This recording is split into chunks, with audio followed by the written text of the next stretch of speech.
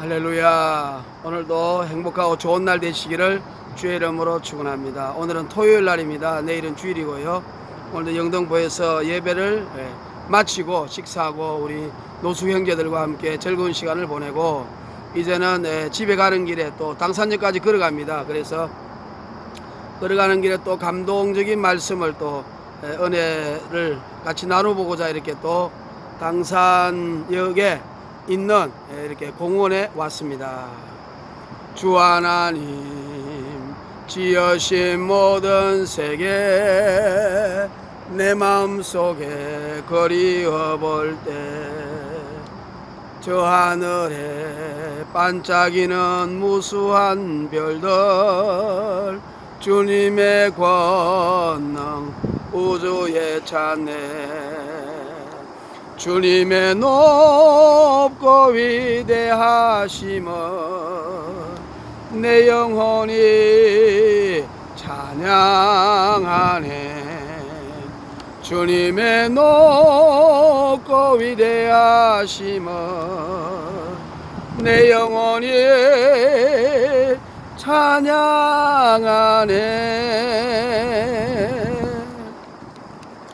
저 맑은 새소리 이 자연에 부는 이 바람 주님의 권능 자연에 찬네 예수님의 권능을 찬송하고 찬송하리라 할렐루야. 오늘은 저 창세기 1장을 과학적으로 논리적으로 한번 증거해 보고자 합니다. 해석해 보고자 합니다. 여러분, 우리가 성경을 해석할 때 어떤 사람은 창세기를 영적으로 해석하는 사람이 있습니다. 우리가 성경의 해석의 그 방법이 주님이 말씀할 때는 첫째는 문자적으로 한 겁니다. 문자적으로 저 밭을 보라 이렇게 또 요한복음 15장에 포도나무 나는 포도나무 너희는 가지다. 가지가 열매를 많이 맺으면 내 제자가 되고 맺지 아니하는 가지는 잘라버린다. 그럼 첫째는 그 실제적으로 있는 사실을 문자적으로 해석해야 되고 두 번째는 이제 문자적으로 해석하기 어려울 때 영적으로 해석해야 되죠. 그리고 도덕적으로 교훈적으로 역사적으로 문맥적으로 종합적으로 해석을 해야 됩니다. 그래야 이제 우리가 치우치지 않는 이단은 아니지만 본질이 틀리지 않으면 예수님을 구주로 믿고 삼일체를 인정하면 이단은 아니죠. 그러나 성경의 부분적인 해석은 좀 잘못될 수가 있습니다. 인간은 연약하기 때문에. 그래서 이단적 해설이 될 수는 있기 때문에 그걸 우리가 피해야 됩니다. 그래서 영지주의는 모든 것을 영적으로 해석하잖아요. 그래서 그게 우리가 교회사에 보면은 그 이단적인 해석입니다. 무조건 영적으로 해석합니다. 뭐 선한 사마리아인의 비유도 그죠? 선한 사마리아인은 뭐 예수님이다 이렇게 해석하고요. 선한 사마리아는 예수님이 아니고 이방인이죠. 이방인 사마리아인입니다. 그래서 그 성경 핵심의 말씀은 가난하고 불쌍하고 어려운 이웃을 도와주라 행하라 이것이 교훈이지요.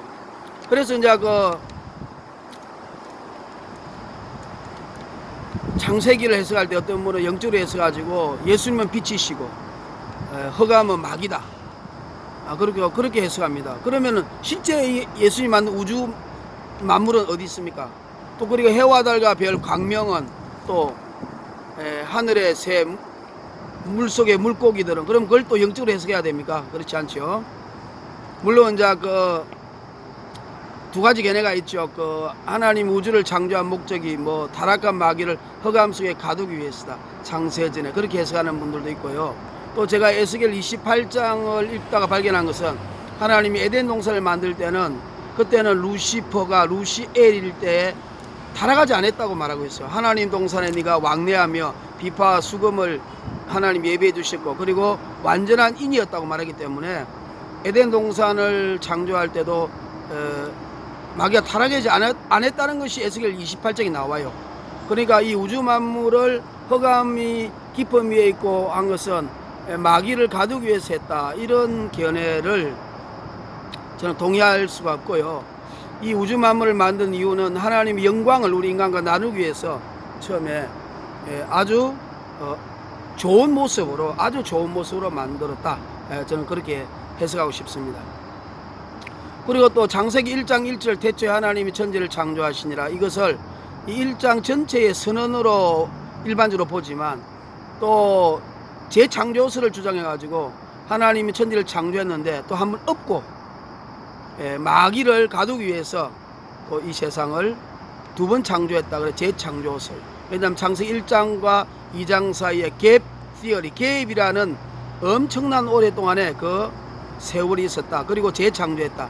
그래서 왜냐하면 하나님이 만드는 것은 질서 있게 만드는 건데 처음에 땅이 혼돈하고 흑암이 깊음 중에 있고 땅이 공허하며 흑암이 깊음 중에 있고 하나님의 신이 수면에 운행하심이라 이렇게 말했잖아요. 땅이 공허하며 흑암이 깊음 위에 있고, 그래서 무질서한 곳에 하나님 빛이 있으라 했기 때문에 처음에는 무질서했다. 그럼 하나님 무질서하게 만든 것은 마귀를 가두기 위해서 재창조했다, 이런 견해도 있지만 저는 그런 견해도 저는 개인적으로 지지하지 않고 하나님이 태초에 우주를 한 번밖에 창조하지 아니했다, 저는 그렇게 보기를 원합니다. 자, 그래서 일단은 우리가 이 우주 만물을 하나님 창조했다 그러니까 그걸 과학적으로 문자적으로 1장을 해석해 봐야 됩니다. 왜냐하면 1장 해석하는 게 그렇게 쉬운 게 아닙니다. 우리가 개념적으로는 알지만은 실제적으로 구체적으로 그걸 알 필요가 있거든요. 왜냐하면 특별히 이제 불신자들이나 또 초보 신앙하는 사람들이 성경을 읽다가 의문점이 없고 잘 해석이 돼야 되지 않습니까? 사실은요, 제가 그 성경을 연구하기 전에 제 옛날에 직장 다닐 때 그 조그마한 책 중에서 아인슈타인의 상대성 이론을 한번 읽어봤어요. 그런데 이게 과학이요, 어느 수준을 넘어가면요, 예, 우리가 생각할 수 없는 개념이나 상상이잖아요. 그러니까 뭐냐 하면은 분명히 머리로는 이렇게 개념적으로 상상적으로 이해가 되는데 그걸 구체적으로 수치로 표현할 수 없습니다. 그러다 보니까 아인슈타인의 상대성 이론도요, E 이꼴은 mc 제곱, 에너지는 m 머티리얼과 c 가속도 이런 거의 제곱이라고 해서 이 mc 제곱이 아인슈타인의 상대성 이론의 핵심 아닙니까? 그런데 그것이 깊이 들어가 보면요, 이 물론 이제 아인슈타인이 상대성 이론을 만들고 양자 역학을 또 연구하고 마지막에 통일장 이론, 이 우주 만물을 유지하는 하나의 그 이론이 있을 것이다. 하나님 그걸 만들었을 것이다. 신이 만들었을 것이다. 그러니까 통일장 이론, 뭐 양자 역학, 자기장, 그다음에 뭐 중력, 이런 모든 것을 합쳐서 만유인력 이런 거 합쳐 가지고 하나의 법칙, 통일장 이론을 만들려고 하다가 못 만들고 돌아가셨죠. 그런데 그 아인슈타인의 상대성 이론을 읽어보면 완전히 이게 철학이에요, 철학. 상상, 수치가 계산이 안 됩니다. 그러니까 그걸 보면서 저는 성경 말씀이 옳다. 창세기 1장을 보면요, 이것이 우리가 인간이 과학적으로 생각하는 것 이상의 어떤 그 말씀이니까 우리가 과학을 초월한다, 이렇게 생각할 수가 있는 것입니다. 그러므로 성경은 진리 말씀이에요. 절대 변하지 않고 1.1획도 변하지 않습니다. 그래서 우리가 독일의 옛날에 스웨덴베르그라고 있습니다. 신비주의자. 인도의 선다싱도 신비주의자라고 말하죠. 훌륭한 그리스도인인데 약간 천국 지옥 간증을 많이 하고 그렇게 해서 신비주의자라고 그럽니다. 근데 이제 그 스웨덴베르그가요, 아인슈타인이 상대성 이론을 발견한 게 100년 전에 그분이 상대성 이론을 만드신 분이에요. 그분 논문이 그 상대성 이론이에요. 100년 전에. 근데 이분이 어느 날 예수님을 믿고요, 기도하다가 입실을 해가지고 천국을 보고 와가지고, 천국은 이 과학이 상상이 안 되잖아요. 무차원의 세계입니다. 시공간이 없어요. 그러니까 뭐냐면 시공간이 있으면서도 그 초월하는 거예요. 그러니까 예수님이 계신 곳에, 바울이 있는 곳에 내가 가고 싶으면 생각으로도 갈 수 있고, 걸어도 갈 수 있고, 마차 타고도 갈 수 있고, 구름 타고도 갈 수 있고, 그냥 공간 이동도 할 수 있고, 이거는 이제 그냥 좌우장. 그래서 이 스웨덴베르그라는 분이 과학을 연구하다가 천국을 보고 와서, 야, 이게 이 땅에 있는 과학은 초등학문이다. 천국에 비하면 아무것도 아니고 도리어 과학이 인간을 파괴하는 나중에 이런 엄청난 파괴물이 될 수 있을 것이다 생각해서 그분은 그 자기가 지은 과학책을 다 불태워버리고요, 천국 지옥만 간증하다가 주님 나라 갔습니다. 그러니까 우리가 과학은요, 우리 예수님의 법칙에 의하면요, 초등학문이에요. 초등학문. 여러분, 우리가 오병이어의 기적이 있죠. 어떻게 해서 5개 떡하고 두 마리 물고기 가지고 그때 당시에 했던 5천 명을 먹이고 또 뭐 노인과 여자 뭐 다른 아이들과 합치면 2만 명이라 그러잖아요. 그걸 떡에서 자꾸 이렇게 떼어서 어린아이가 갖고 온 그 도시락 아닙니까? 그러니까 떡을 주고 물고기를 주는데 5천 명이 배불리 먹었다. 2만 명이 먹었다. 그것이 우리가 상상이 안 되죠. 그러나 지금요, 어떤 과학이 발달됐냐면요, 공간이동이 발견돼서 이 책을 여기 놔뒀다가 어떤 기계 속에 넣으면 바로 분해돼 가지고 유럽에 아니면 뉴욕에서 바로 이 책이 그대로 조립돼 가지고 딱 등장하는 이런 공간이동이라는 그런 것이 지금 과학적으로 실행이 되고 있습니다. 그러니까 예를 들어서 예수님이 그 오병이어도요, 다른 데 있는 고기들 있는 것을 여기서 갖고 와가지고 이렇게 주면 되는 거예요. 그러니까 이게 뭐냐면 우리가 예수님 하신 말씀은요, 우리 인간이 수준이 낮고 진보가 안 돼서 이해를 못할 뿐이에요. 그러나 사실은 그것이 가능한 이야기고 진보가 되고 과학이 발달하면 그걸 가능한 겁니다. 인간이 그렇게 하고 있잖아요. 우리의 동정녀 탄생도 보세요.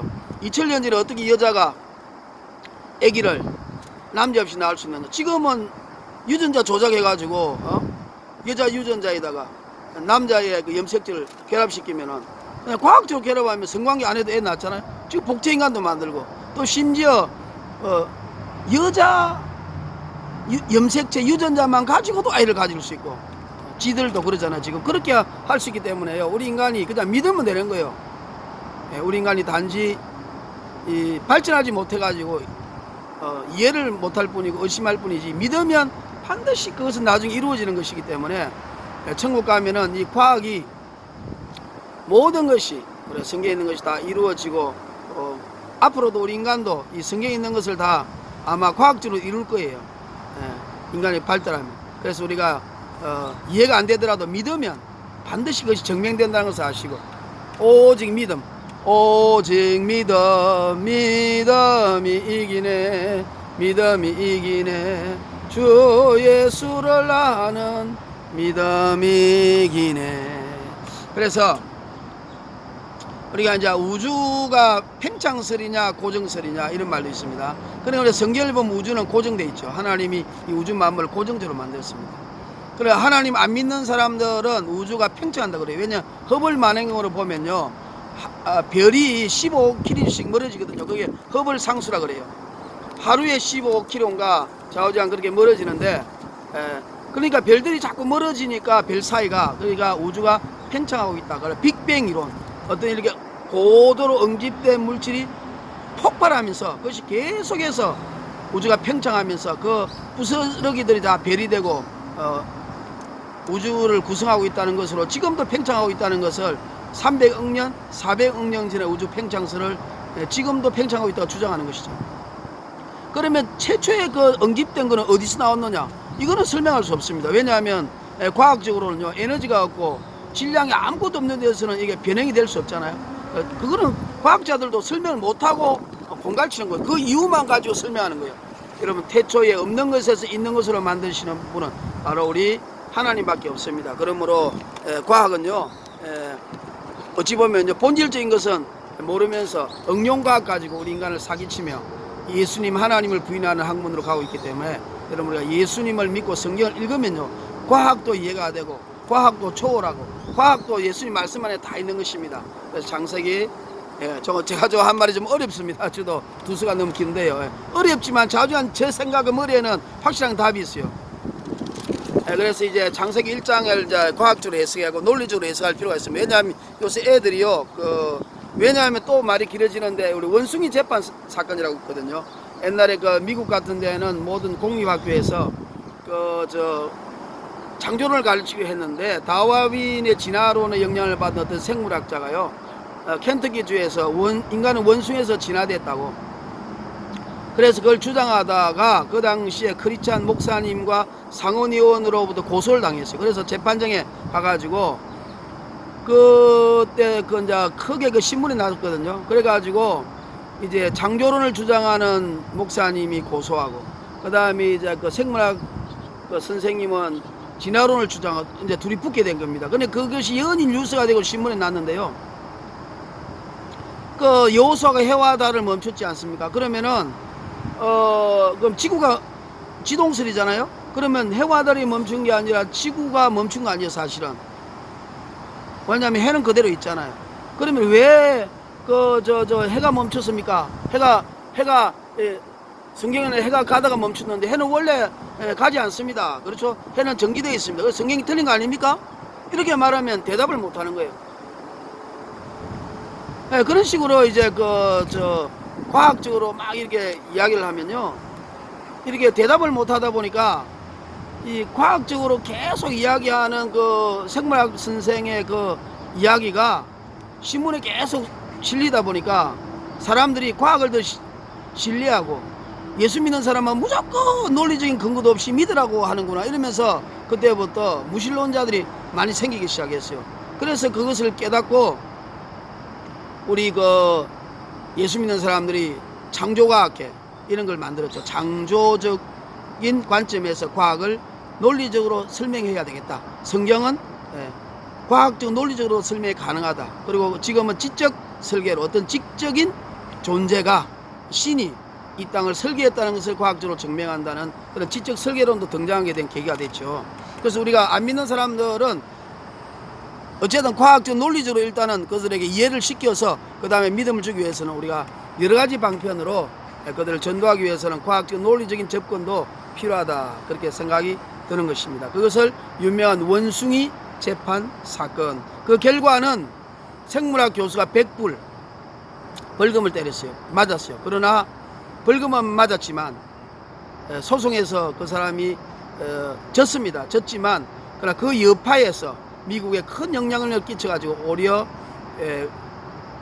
진화론이 더 인기를 얻게 되는 그런 불행한 결과를 가져오게 됐습니다. 그러므로 우리 예수 믿는 사람은 무조건 믿어라. 그것도 맞아요. 무조건 믿어야. 그러나 아직 믿음이 연약하고 불신자들에게는 논리적, 과학적으로, 역사적으로 또 그것을 이해하고 설명하는 이런 접근도 필요하다는 생각이 듭니다. 왜냐하면 율법 없는 자에게는 율법 없는 것처럼 또 우리가 전도도 해야 되고 율법 있는 자에게는 율법 있는 자에게 다양한 각도로 우리가 전도를 해야 되기 때문입니다. 왜냐하면 영혼 구원이 제일 우선이기 때문입니다.